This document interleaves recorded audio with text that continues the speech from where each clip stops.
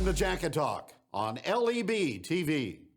What's up, Jacket Nation? It's time for episode 11 of Jacket Talk. I'm Levi. This is Scout. And today we're bringing you the latest Yellow Jacket action as we charge through the district playoffs. Yeah, we've got some awesome updates this week.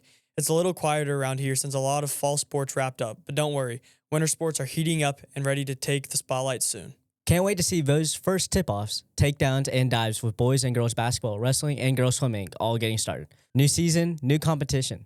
It's all about to go down, Jacket Nation. But first, let's talk football. The Jackets came out swinging against the Jefferson City Jays in the opening round of district play with a massive 49-7 victory. Jax Glendinning went wild, racking up 401 yards rushing, setting a new school record for single-game rushing yards, and even threw a passing touchdown. Talk about a one-man highlight reel. Yep, and that defense held it down, giving up just one touchdown. Now we're on to face Capital City in the district semifinals this Friday. You know that game's going to be a huge, so make sure to check it out. All right, switching over to cross country. Abigail Tagg ran an incredible 19-minute and 11-second, placing fourth in the Class 5 District 2 meet at Bolivar. That finish qualifies her for state meet in Columbia on Friday, where she'll be chasing her second All-State medal. And shout out to Liam Allen and James Perigo, who ran strong but just missed qualifying for state. The whole team showed grit, and the coaches couldn't be prouder. Moving on to band news. 20 of our Jackets earned all district honors. That's some serious talent here at LHS. All right, let's head over to Buzzcut's Barbershop, where Kevin and Ramsey are catching up with defensive coordinator Coach Curtis Allen, senior Nick Allen-Pritchard, and junior Brody Shoemaker. Take it away, guys.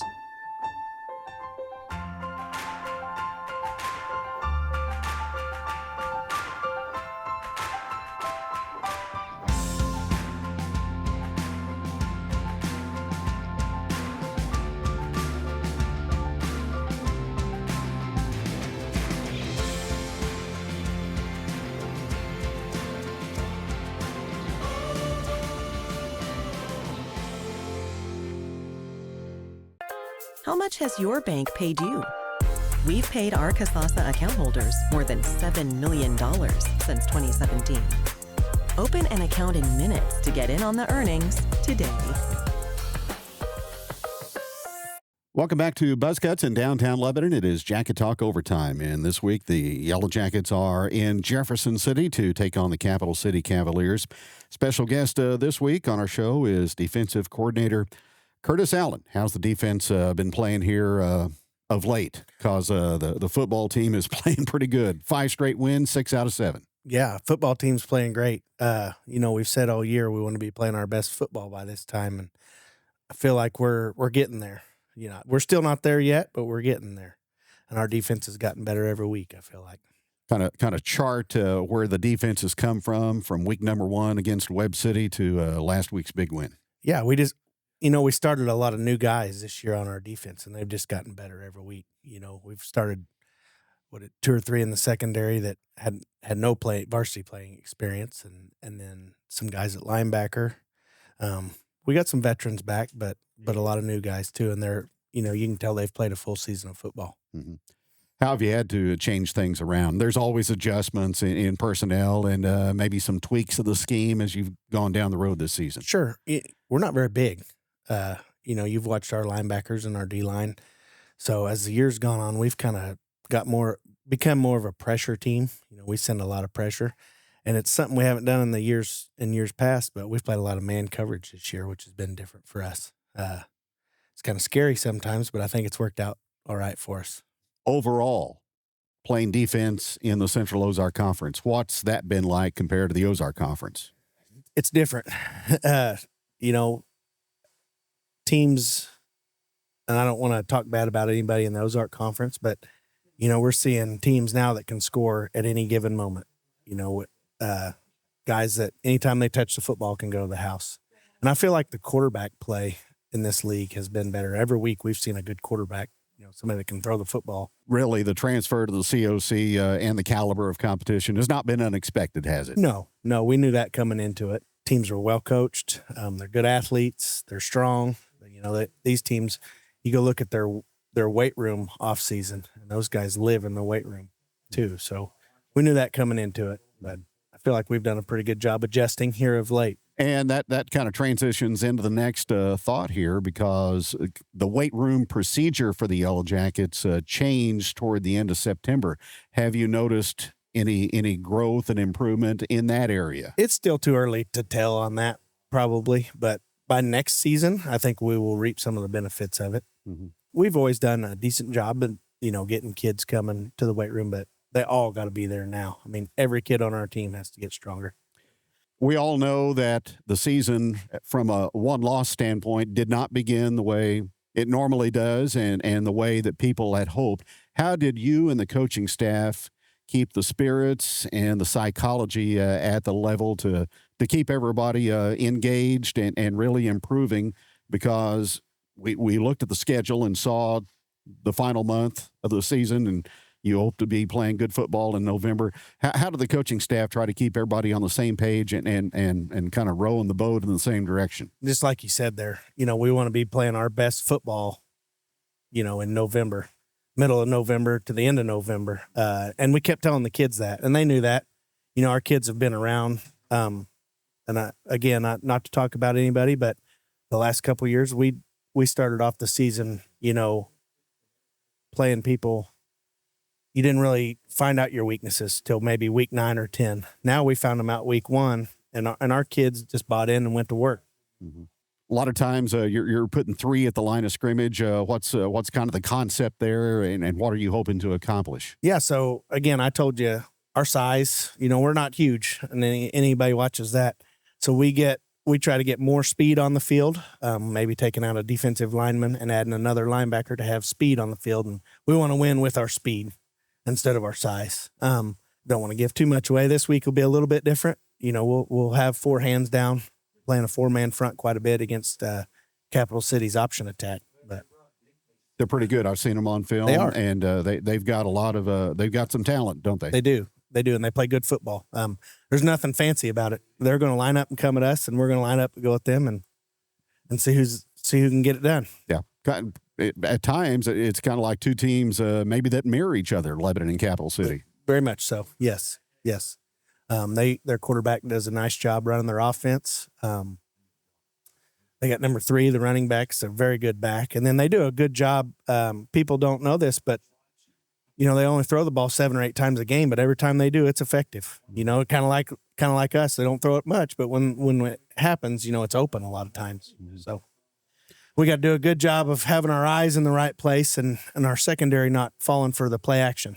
They got to have their job, their responsibility taken care of in the passing game. We've got Nick Allen-Pritchard and Brody Shoemaker here today for our show. What do they bring to the defensive unit? They're 2 great young men. Brody, the long, athletic defensive back, if a tall receiver, if we see a tall receiver, Brody's probably going to get that challenge. And he had 2 interceptions last week, big coming off the bench, actually, on defense and getting 2 big interceptions. Nick, he's a leader of our defense. He does a good job getting our defensive line lined up on, we do a lot of checks to certain formations. Nick does a great job getting us lined up, and then he's a handful for people to block. You got Nick on one side and Mason on the other. You're going to have to pick your poison there, which one you're going to double. And everyone you don't double is going to give you a long night. So Capital City this Friday night on the road. So you go back on the road. Jackets have always been a pretty good road team, especially at this time of the year.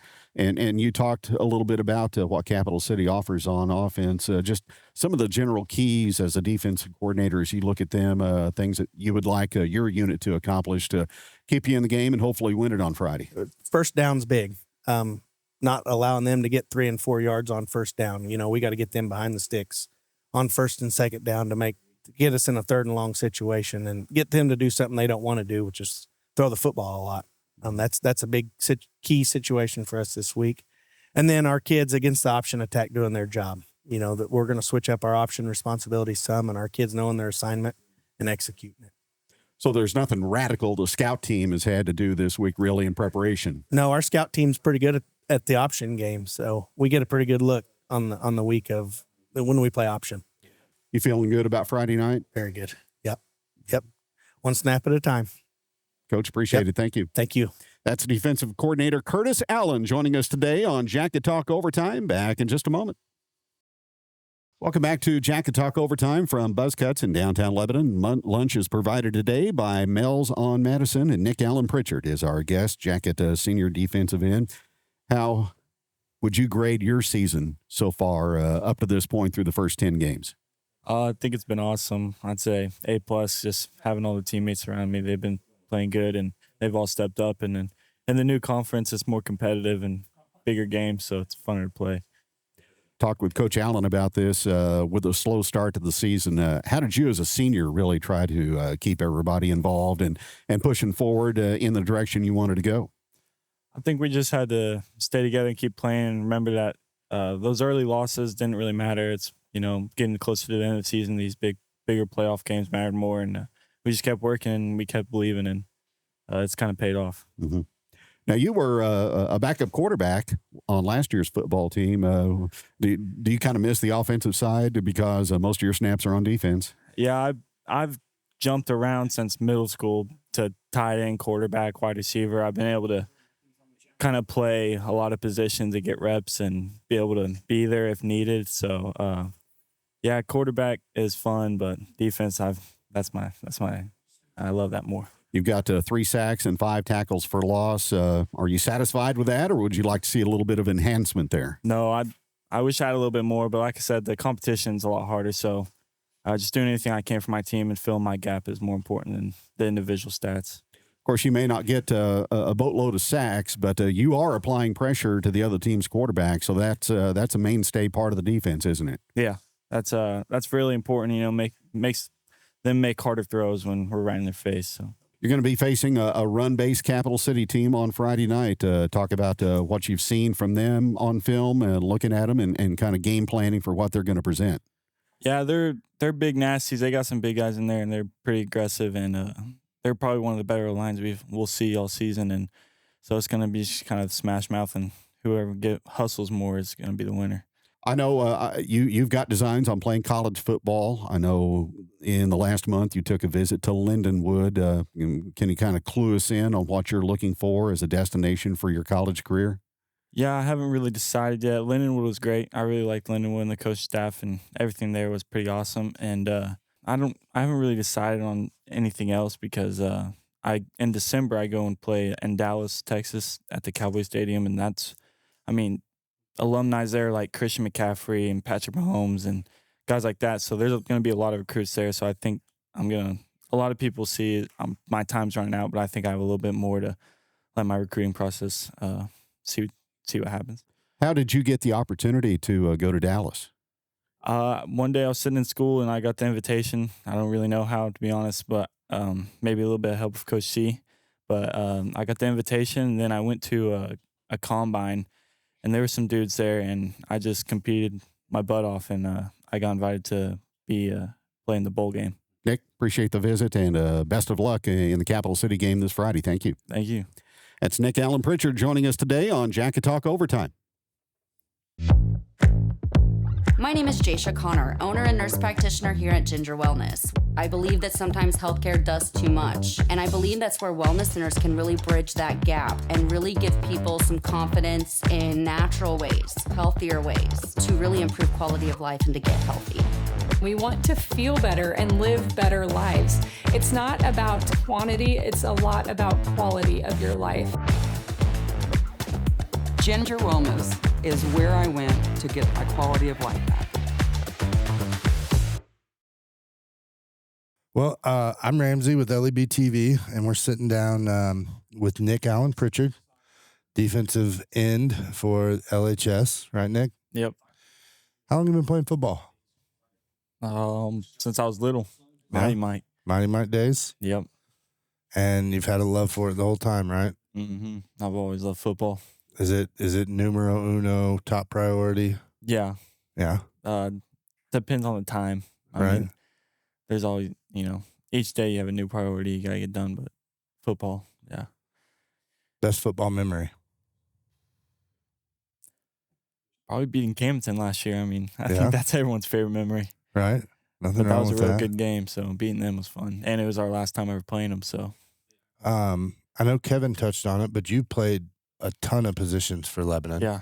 Quarterback, defensive end. You've gotten in tight end. I've gotten into, you go back to last year against West Plains, I had a couple of receiver reps too. Right. Yeah.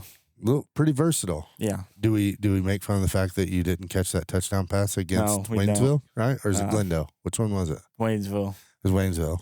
We don't make fun of that. I think we're just used to it now. I mean, last year I maybe had a couple drop ones too, so that's all right. It's all part of it.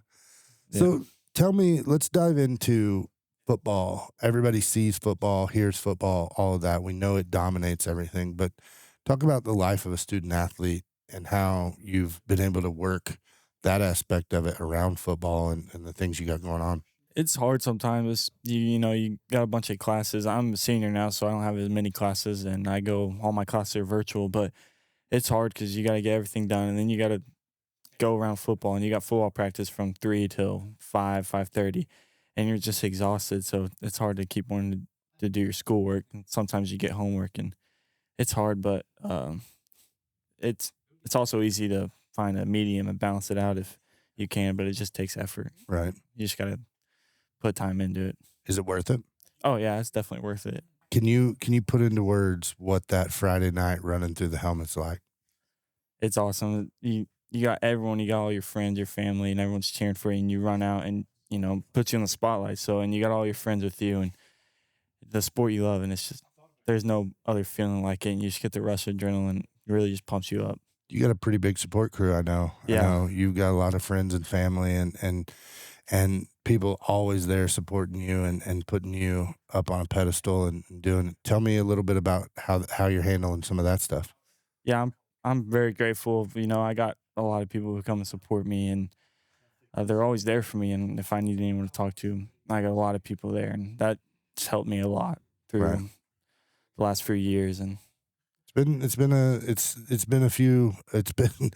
I don't want to make light of it, but I know you've been through some off-field stuff, and I was friends with your mom, and I know how much she looked up to you and how much she loved you. And can you tell us a little bit about that as far as what you've learned and how you're kind of overcoming some of that adversity?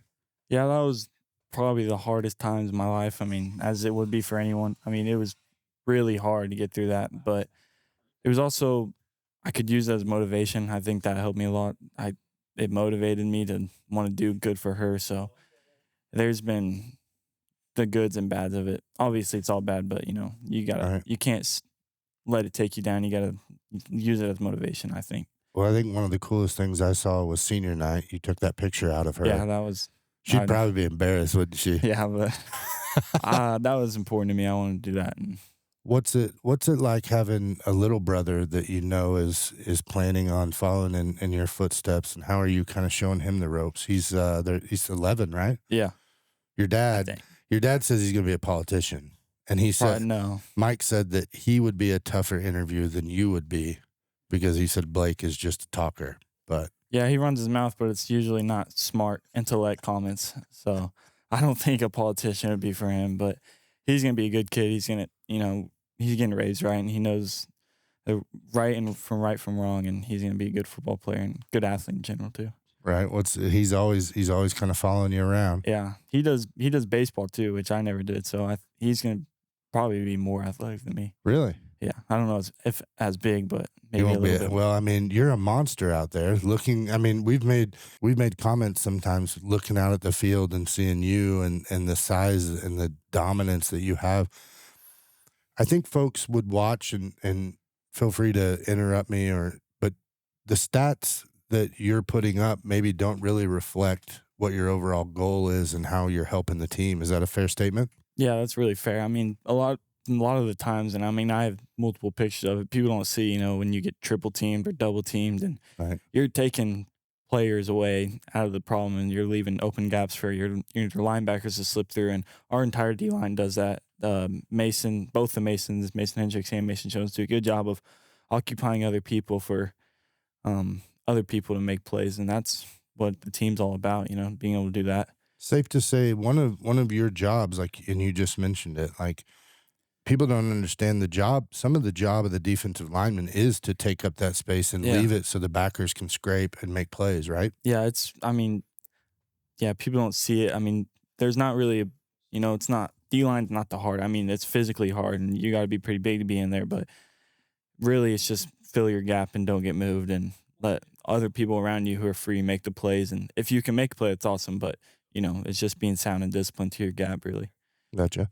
So I know you've faced some really tough folks. The move from the Ozark Conference last year to now the Central Ozark Conference, and we've talked a lot about it. Tell us who might have been some of your biggest foes this year. Well, I think anyone can agree on probably Nixa. Right. Nixa's got a really good O-line. And it's not just, the big name of Cantwell. I mean, he's really good too. All across, all 5 of them are Division I players, I think, and they're all really good. So that was hard. And this conference, everyone's a little bit bigger. Everyone's really big compared to, like Coach Allen said, we're kind of smaller team. We always have been, but we play hard. And a lot of people say that about Lebanon. We just play really hard, but definitely competition's a little bigger. So everyone was a little bit harder to play, but, teams like Nixa and Joplin had a really big O-line. And it's been fun to watch. As a fan, we're seeing new people each week, it seems like, or at least at the start of the season. So it's been refreshing, but following along into what you're doing, you were named captain this year as well, right? Yeah. What'd that mean to you? That was pretty cool. I was glad to see all my teammates agree on the, me being a captain because, we get voted on. So that was pretty cool seeing support from my teammates. Capital City coming up this week. None of us have really know anything or seen them. Obviously, it's hard to you're obviously taking each game at a time, but you know that there's an end coming. Yeah. What are your thoughts on that? Have you prepared yourself? Are you just taking each game every opportunity? Yeah, one game at a time, win, move on. All those wins add up, but you can't really prepare yourself. Last year, even as a junior, it was devastating, and I still had one more year, so I can't even imagine what it's going to be like this year. But if we just take one game at a time, win after win, they all add up to the end, and I think that'll be all right for us. Well, man, it's been good. I'm glad we got to sit down and kind of bring a different side of student athlete life and some of the things you've been through. But anybody you want to shout out, anybody you want to thank? Well, all my teammates and everyone who supported me and all that, and then probably my dad. My dad, he's the main guy. He's always there for me, and he helps me through everything. And he's a good one. Yeah, I wouldn't be in half the positions I am without him. I know he's got your best interest and does everything he can to make sure you guys have what you need, and it's seeing that side of things is really cool. Yeah. And I know how much you appreciate and respect him, and I know how much he loves you guys. So appreciate you sitting down with us and chopping it up. For sure. Good luck this week. Thank you. Go Jackets. Mm-hmm. Go Jackets. Yeah. We're sitting down with Brody Shoemaker, wide receiver, defensive back. Yes, sir. Everything on the football field, right, Brody? Yes, sir. Tell us a little bit about you. Well, football was always kind of a big deal for me, but wasn't until high school because baseball was really big thing in my life. Always baseball. There's a video floating around. I know your dad did when you hit a home run, a grand slam like Branson or something, right? Yep. Yeah, it always pops up on Facebook. Yeah. So. Baseball was always my sport. Always loved it. But it was only because I wasn't a great athlete at football till later on. Right. So I was always the backup kind of kid. Always. Yeah. Didn't start 8th grade year. Barely started freshman year. Sophomore came around. JV quarterback. It was a weird thing for me. Gotcha. So, and then I got kind of progressed more in football, and now it's football. Well, you were saying before that you went from a size 11 to a size 13. Yeah. So a growth spurt probably helped Big a lot growth of this. spurt. I was 4'11", 6th grade year, and then was probably 5'2", then 5'6", maybe. And now you're 6'2", 6'2". And now is that a real measurement or is that a little program? Little estimate. I know how it is. Yeah, people still do that, right? 100%. Oh yeah, you got to look a little bigger. You got to look a little tougher. Of course. So I want to talk about. We'll get into football. We'll get on. You're a wide receiver on the offensive side of the ball. Yes, I am. And I know a lot of folks probably look at a wide receiver in this offense and think, what's the point? Yeah. All you're doing is blocking. Might as well just have a tight end. Right. This year, we're starting to see a little bit of an opening up on a handful of plays. You've benefited from that. The team's benefited from that. Yeah. So it's been fun.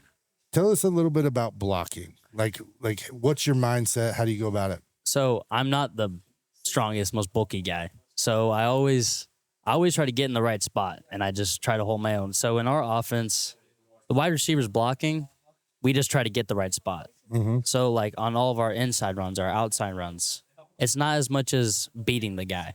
It's as much as getting in their way. Because we're blocking outside backers, inside backers, strong safeties, and we're usually not as big. Right. So it's not as much beating your guy, as much as getting in the right spot, holding your own until Jack Glendening scores a touchdown. I got you. So that's, and again, this in the last few games, Coach Summer has opened the playbook a little bit, to the delight of fans, I know, and I'm sure the kids on the team and you 100%. yourself included are a little excited to try some different stuff, right? Yeah. So, I mean, it's been run since youth football, since before youth football, right? Mighty Might even. And I mean, just having that side of the playbook open now is just great. Because I mean, if you even just watch some of our games, corners, safeties, they are just screaming for our slots, our backers, because everyone knows us as shove it down Your throat, run 3 yards in a cloud of dust. Yeah. Well, when you got players like Jackson, some of the long line of Lebanon running backs we've seen, I mean, you can't fault anybody for taking advantage of that. Oh no, John Barry, Jax, all of them. Cade. Who was your favorite one? You can't put do you on that. the spot. Oh, Yeah, you can't do that. Yeah, I got to put you on the spot. I didn't say who do you think's the best. It's who's your favorite. I think just playing with Jax. Been able to be a part of that. Yeah. And I would have to say Jax. He's one of a kind, and I know he's a team first guy through all of this. Always has been. And that's what's cool to see from, you can tell, and even in the events, the adversity that's happened this year and a lot of the experiences you guys are going through, there's a bond and there's a team first mentality, right? Oh yeah, 100%. I mean, Jax has the biggest relationship with our O-line I've ever seen. Right. After every play, he's thanking them. He's telling them what they did wrong, what they did right. So I mean, he's just a team player. So I want to specifically talk about your season. I know we came out of the gates rocking and rolling. You're kind of the back corner fade guy in the end zone, goal line kind of guy. But get to Willard, you're playing defense, and there's a big play. And I know from the stands, it was a little bit it was scary. Just tell us about that play in particular. So I can't much because I don't remember much. Okay. So I remember 2 plays before, Ty Glendening was telling me post route. He's going to throw the post. Get to that play, runs the post. I mean, I knew it because, I mean, Ty was just post. You're getting coached. Yeah. So I saw it. I broke on it. And when I watched it back, I went for the ball. I mean, I tipped the ball. Right. And then Brain Lamontagne did not go for the ball, and he went for the guy. Right. So, I mean, it's just like, it was scary for me because the only thing I remember is going up and touching the ball. And then next thing I remember, I'm getting stretched off the field. Right. So, I mean, I thought I was paralyzed. I mean, I thought my season was over. I thought I was wheelchair forever, could never play sports again. So, I mean, it was probably the scariest moment in my life I've ever been through. So the play happens, obviously emergency personnel on the spot, taking care of you. Yeah. It's your mom and dad, everybody, you know, and we see, but like at what point did it start to like, at what point did you get it, that first sense of like, okay, I'm going to be okay? When I got into the stretcher and he told me my neck wasn't broken. Because that's what... So they told you your neck wasn't broken when you were on the stretcher. The people on the field, they were holding my neck. They were just constantly saying, his neck is broken. His neck is broken. We need to keep him down. And so when I got to the ambulance, he was touching around my neck. He's like, can you move it? I was moving it. He's like, your neck isn't broken. I was like... Sigh of relief, huh? Yeah. Biggest sigh of relief of all time. I was just so thankful that my neck was broken. I got you. So they get you in the ambulance, and then the real work starts because then it's the opportunity to really diagnose what's going on. Yeah. get a better idea. Yeah. So tell me about like kind of that post-injury care and what some of the things you went through, because you got your team over there. Yeah. You know, they got to play the game. They're moving on, but they're thinking of you, the fans, the coaches, everybody. But like, give me an idea of how it kind of went after that. I know you went to the hospital that night. Yep. Because it was weird from a sideline. You're seeing panic, rightfully so. But then you were in the ambulance on the track essentially for a few hours after it happened. So that's when people started, I think, to get a little bit of a relief that, hey, we're not, they're not sending me automatically. They're not. Right. They're diagnosing, they're treating, they're doing that. So tell me a little bit about that. So we were at the hospital. I think we left at around 1:30. I had my back MRI, and then I had an X-ray on my head, and then I had a CT scan on my back again. So it was honestly really fast, and everyone there was so nice. They were so caring. Mm-hmm. We got home, slept awful. Oh, it was the worst sleep I've ever had in my life. Every toss and turn. Just sore? So sore. Right. I've never been so sore so quick in my life. But I was supposed to go to the Mizzou game the next day. Parents were not letting me do that. So I think sleep, honestly, I slept so much, and I think that's what helped through all of it. I mean, I just slept. I drank so much Gatorade, because I was extreme. When I got hit, he told me my electrolytes were almost 0. Oh wow. So yeah, he said that's why I got knocked out. Right. Because I had no electrolytes, no nothing. So Saturday and Sunday, I slept on my bed. I drank Gatorade. I went up for dinner and slept. Eat and sleep. Eat and sleep. But I honestly think doing that was probably the best case scenario. Right. So what happens after that? Obviously, we've kind of done the timeline. Play happened, emergency services, all the things. Obviously start to feel a little bit better about the situation. Go to the hospital. Now you're home. Talk about the team and some of what you learned about your teammates and like how they kind of responded. So I went to practice on Monday, and I went to all the practices, and they were all so nice. I love my teammates to death.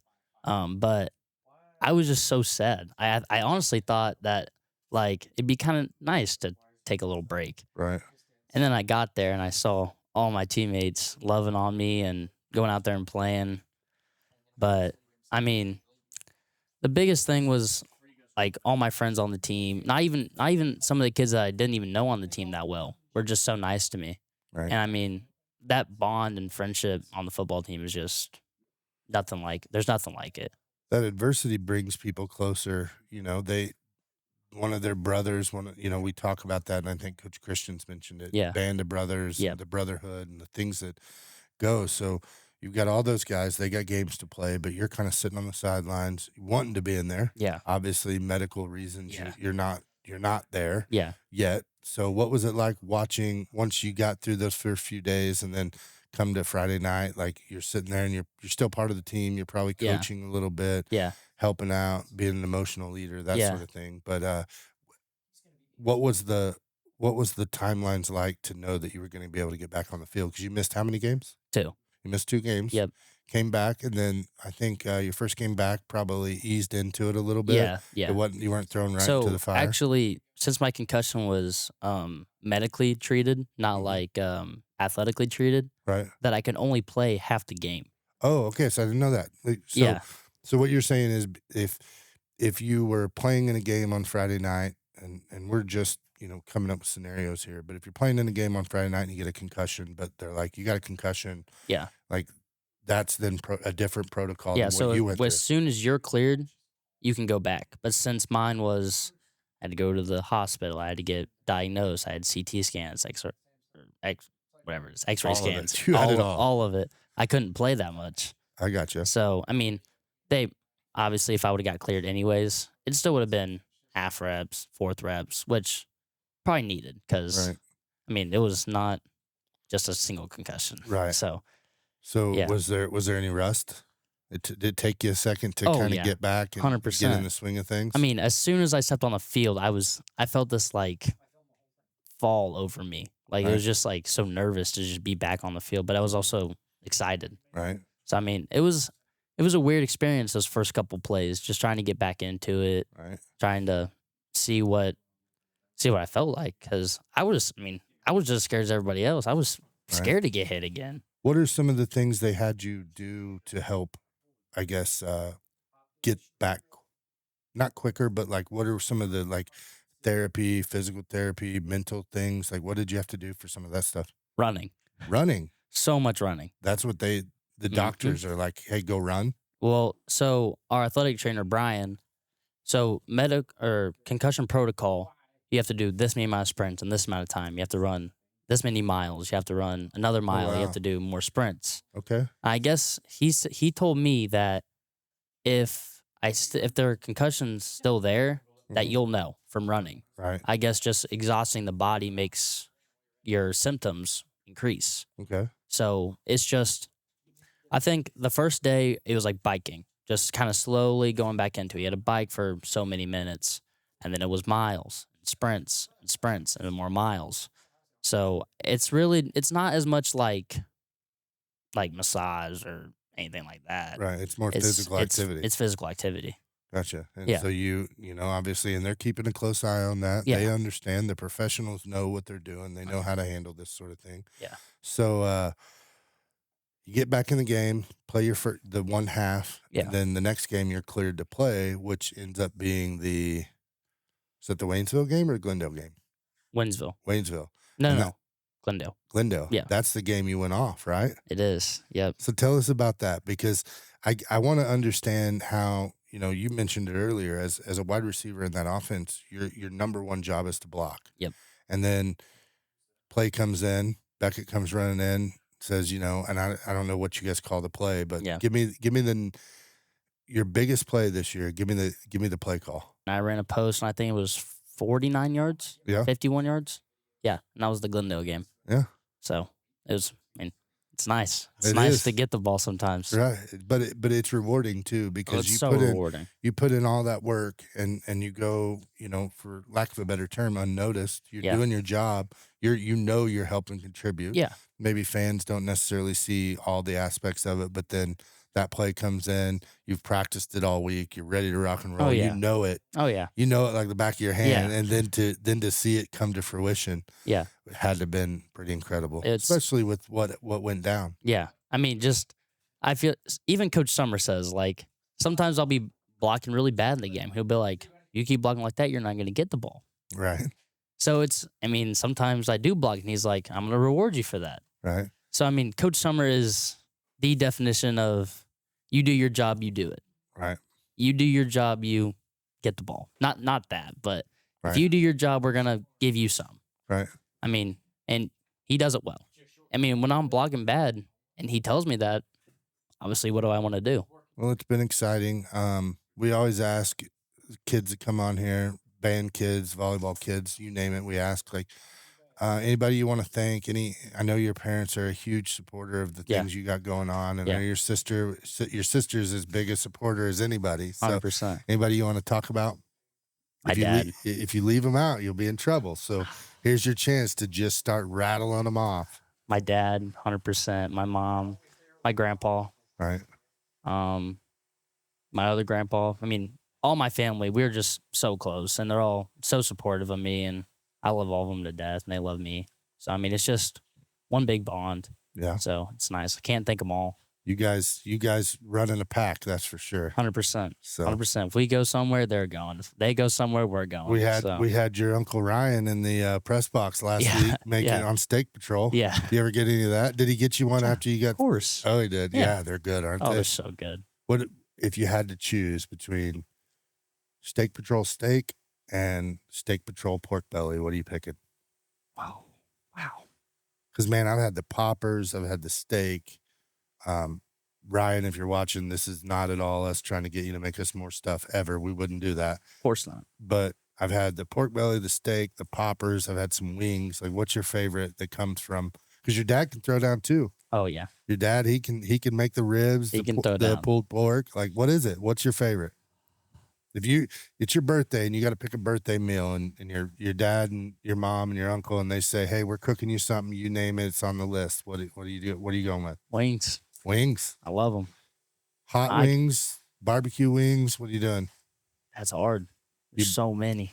You a blue cheese or a ranch guy? Like, you probably ranch. What's wrong with you? Oh, don't give me that, Ramsey. Yeah. Blue cheese. That's the original, man.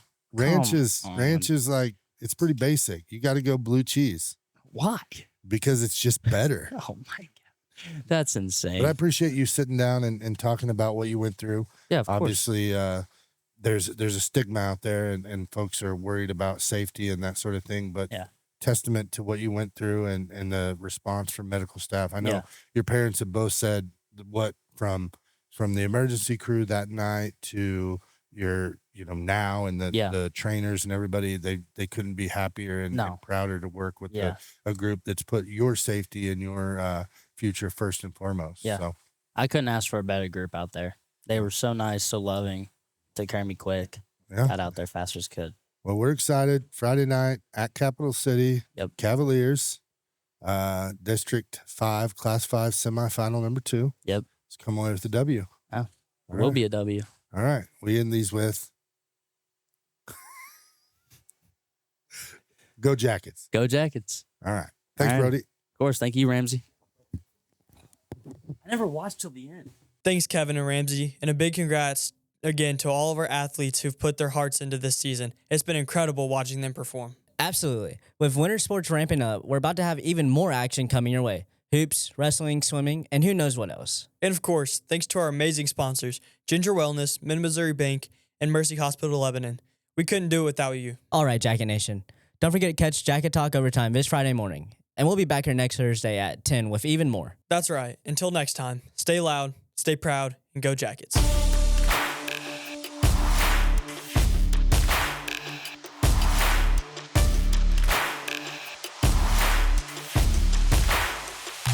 Welcome to Jacket Talk on LEB TV.